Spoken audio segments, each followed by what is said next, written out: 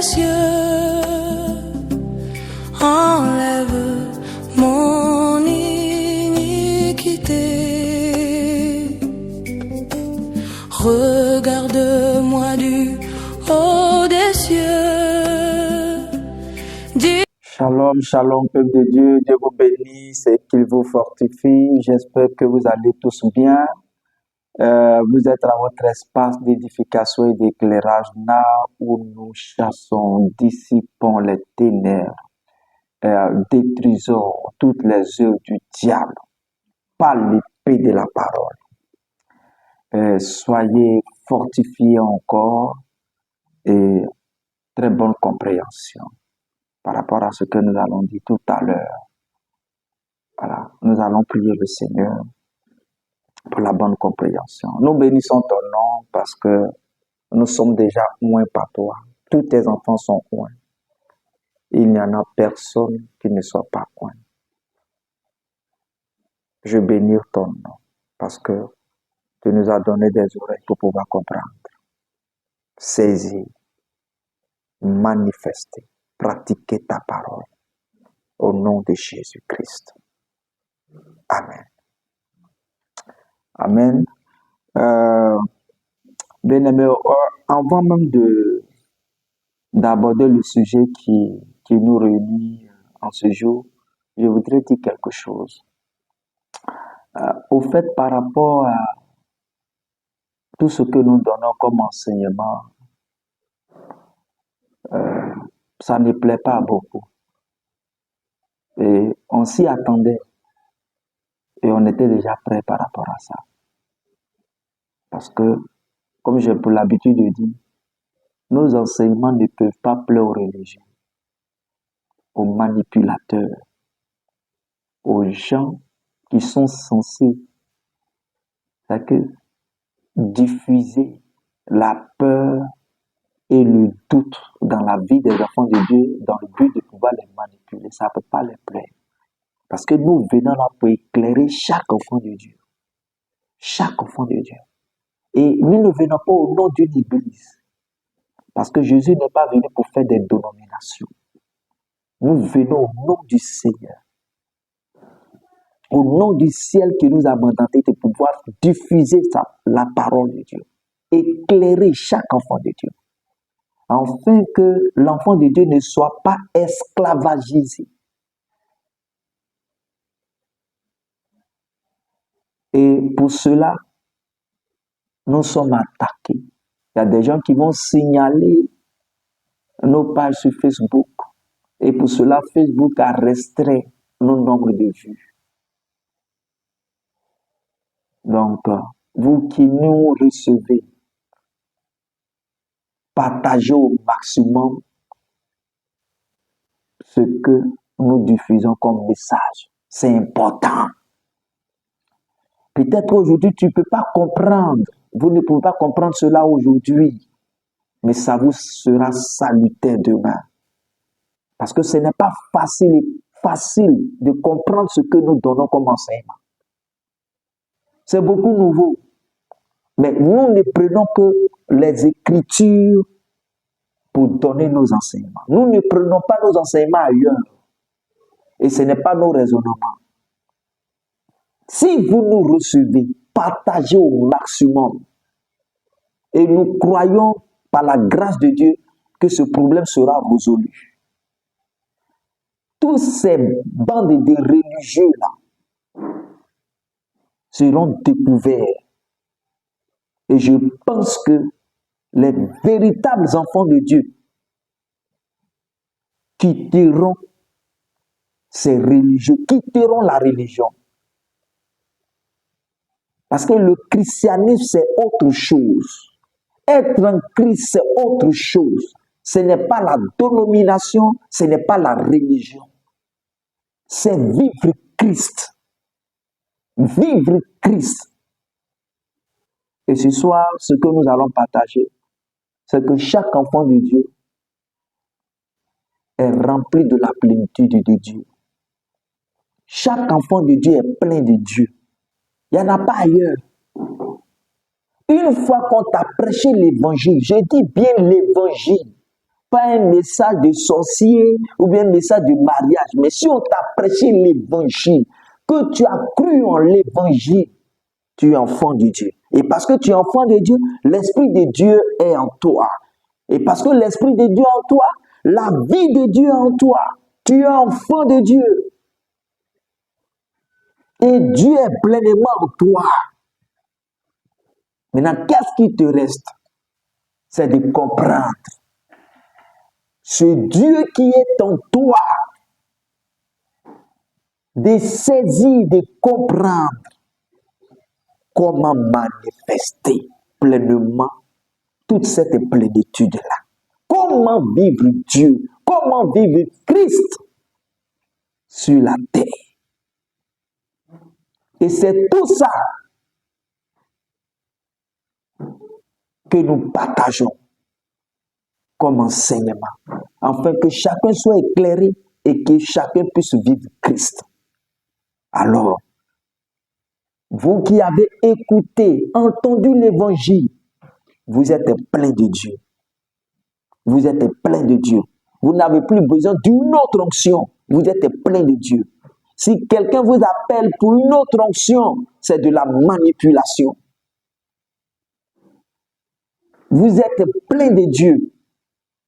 Et Jésus ne nous a pas promis un Saint-Esprit qui va venir un peu, qui va venir petit à petit pour nous remplir. Il ne nous a pas promis cet esprit-là. Quand l'Esprit de Dieu vient dans la vie d'un enfant de Dieu, il vient pleinement dans la vie d'un enfant de Dieu. Parce que c'est Dieu lui-même qui descend dans la vie de cette personne, de ce croyant. Et nous allons le lire. Nous allons prendre Jean 14, à partir du verset 16. Écoutons ce que Jésus va dire par rapport à l'Esprit de Dieu qu'il avait promis et qui va venir dans la vie des enfants de Dieu. Écoutons. Jean 14, à partir du verset 16. Il dit, moi, je prierai le Père et il vous donnera un autre consolateur, afin qu'il demeure éternellement avec vous. Vous voyez? Donc, le Saint-Esprit vient demeurer éternellement avec l'enfant de Dieu. Dans la vie, il vient demeurer éternellement. Il ne vient pas pour retourner. Je ne vais pas rentrer dans ce temps-là. Voilà, pour ne pas faire deux messages. Verset 17. Il dit, l'esprit de vérité que le monde ne peut recevoir. Vous voyez que les païens, ceux qui n'ont pas accepté Jésus, ne peuvent recevoir. Il dit que le monde ne peut recevoir parce qu'il ne le voit point et ne le connaît point. C'est-à-dire que les incrédules, ils ne le voient pas, ils ne le connaissent point. Il dit, mais, c'est-à-dire que ces disciples-là, ses disciples qui sont avec lui. Il dit, mais vous les croyants, mais vous le connaissez car il demeure avec vous. Parce que Jésus était déjà avec eux quand il disait cela. Car il demeure avec vous et il sera en vous. Vous voyez, il n'a pas dit avec une petite mesure. Il dit, il sera en vous. L'Esprit de Dieu sera en vous. Pas avec une petite mesure. Et nous continuons. Au verset 18 même. Il dit, je ne vous laisserai pas orphelins, je viendrai à vous. Donc c'est lui qui revient. Au verset 20, écoutons bien le verset 20, c'est ce qui est vraiment important.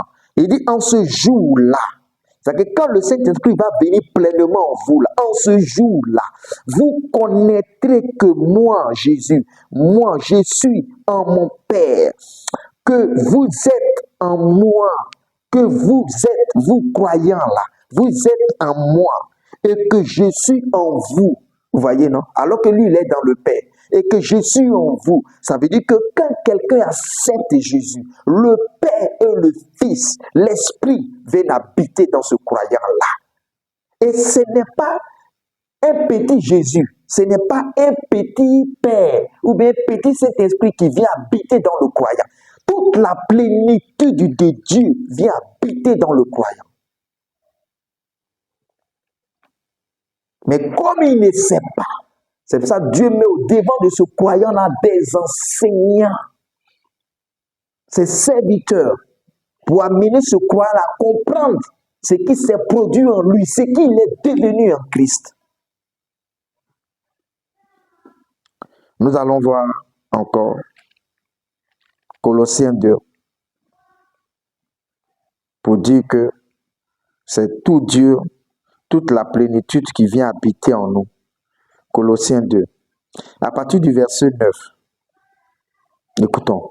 Il dit, car en lui, c'est qu'en Jésus, en lui habite corporellement toute la plénitude de la divinité. C'est que en Jésus habitait tout Dieu. Il dit toute la plénitude de la divinité. Maintenant, celui vient habiter en nous. Qu'est-ce qui va rester? Donc, on n'a pas besoin de 2 marches, de 3 marches, de 3 dimensions, de 4 dimensions pour que nous soyons remplis de Dieu. À partir du moment où nous avons accepté Jésus, toute la plénitude de la divinité habite en nous. On n'a pas besoin de 7 marches, de 3 clés, de 10 clés pour que Dieu vienne habiter en nous. Vous voyez, une fois que nous entrons dans des clés, nous faisons croire que lorsque nous allons gravir ces échelons-là, c'est ainsi que Dieu sera pleinement en nous. C'est de la manipulation. Et nous sommes en face, et quand c'est comme ça, c'est que nous sommes en face des manipulateurs et quelqu'un que Dieu n'a pas envoyé.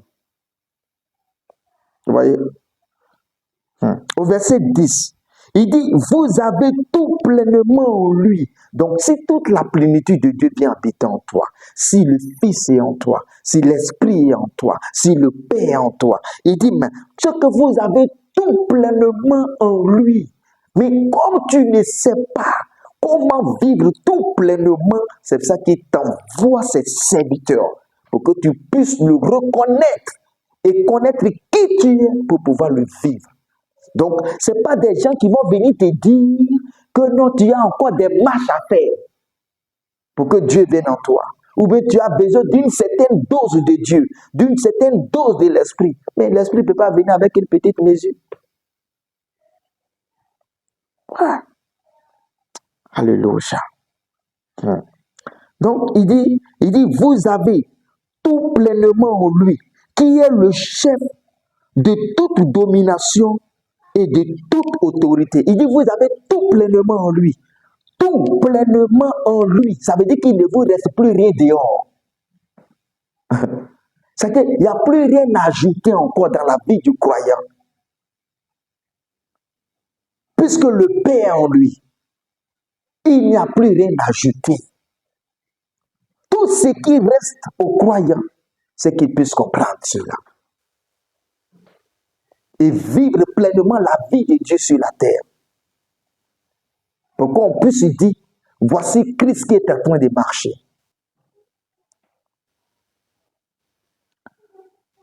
Éphésiens 4. Le verset 5 et le verset 6. Écoutons encore.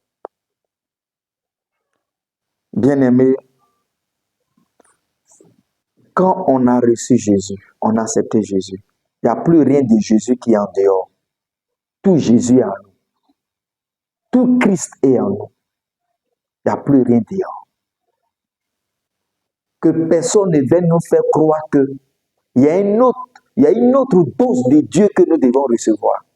Si nous l'entendons, c'est de la manipulation.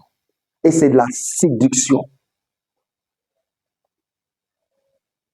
Verset Éphésiens 4, verset 5 et verset 6. Il dit, il y a un seul Seigneur, une seule foi, un seul baptême. C'est-à-dire que quand on était baptisé dans le Saint-Esprit, il dit, il y a un seul baptême. Maintenant, qu'est-ce que ce baptême-là produit? Un seul Dieu, le Père de tous, au verset 6. Il dit, un seul Dieu, le Père de tous, qui est au-dessus de tous, qui est parmi tous. C'est-à-dire que là où tu es là, tout Dieu est autour de toi. Il dit qui est parmi tous et qui est en tous. Il y a quoi de Dieu qui est en dehors quoi, que tu dois chercher? Ou on doit te dire, veux bien s'aimer pour qu'on puisse mettre l'onction sur toi. Il y a quoi de Dieu qui est dehors? Il dit qui est parmi tous, qui est au-dessus d'abord de tous, qui est parmi tous et qui est en tous. Il est en tous. Il n'a pas dit un peu. Il y a quoi de Dieu qui est en dehors de toi encore, que tu dois chercher? Si ce n'est de t'enseigner la vie en Christ et ton identité réelle, il y a quoi? Donc tu n'as plus besoin des autres clés. Il y a plus. Un enfant de Dieu n'a pas besoin d'autres clés. Toutes les clés sont en lui.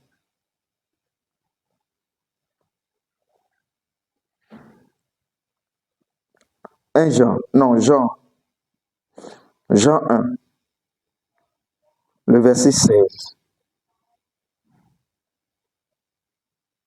Jean 1, verset 16. Il dit, et nous avons tous reçu de sa plénitude et grâce pour grâce. Il dit, et nous avons tous reçu de sa plénitude. Nous avons tous reçu de sa plénitude. Il n'y a plus rien derrière. Et grâce pour grâce. C'est-à-dire que la grâce est en nous et nous-mêmes nous sommes dans la grâce.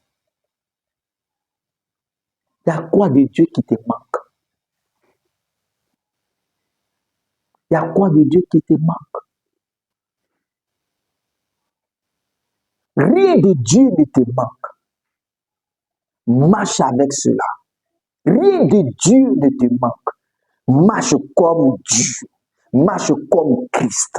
Marche comme fils de Dieu sur la terre. Rien de Dieu ne te manque. N'aie pas peur. N'aie pas peur. N'aie pas peur. N'aie pas peur. Relève-toi. N'aie pas peur. Tu as toute la plénitude de Dieu en toi. Toute la plénitude de Dieu.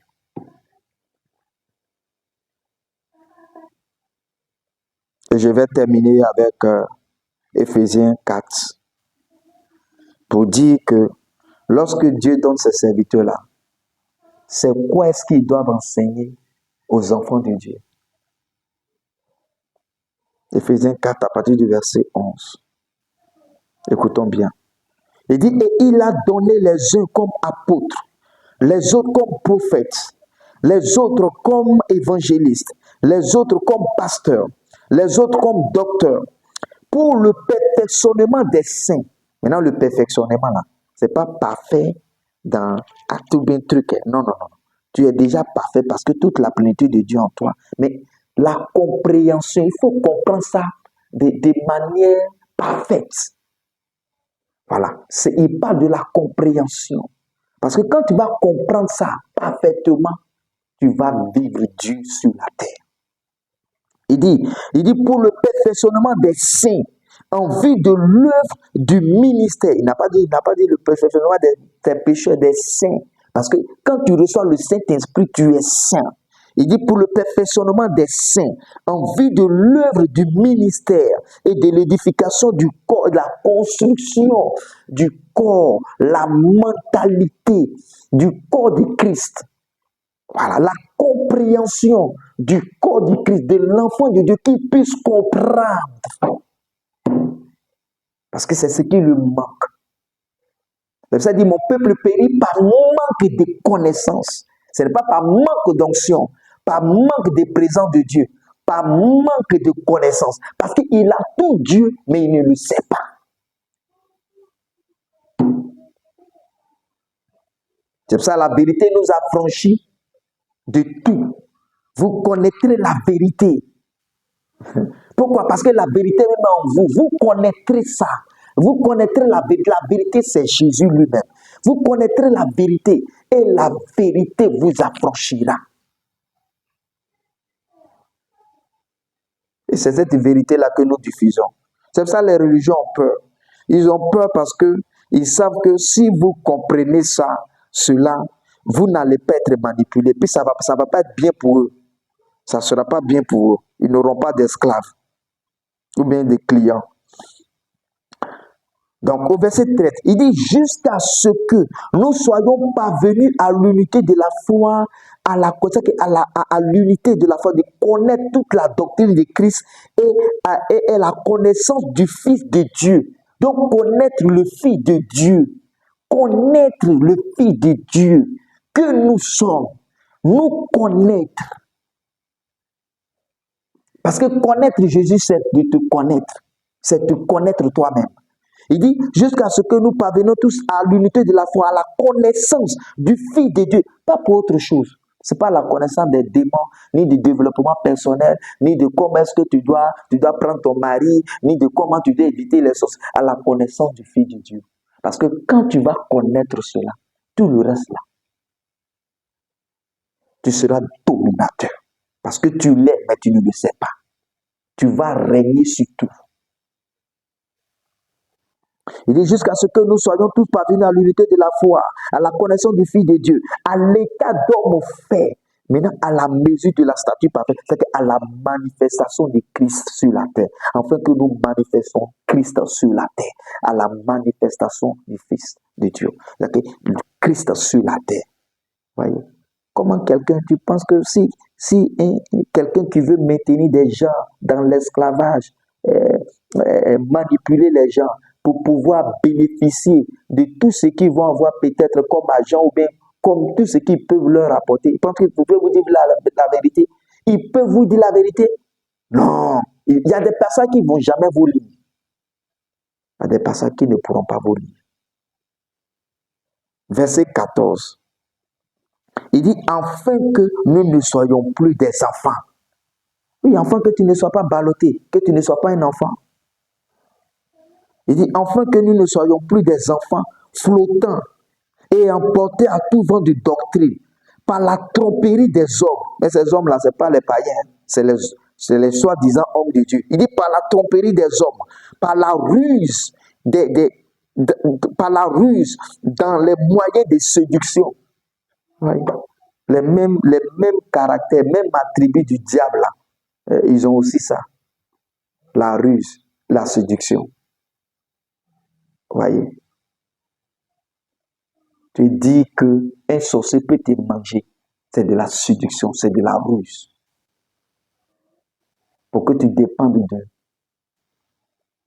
Tu dis qu'il faut venir encore pour recevoir une dose d'onction. C'est de la ruse, c'est de la séduction.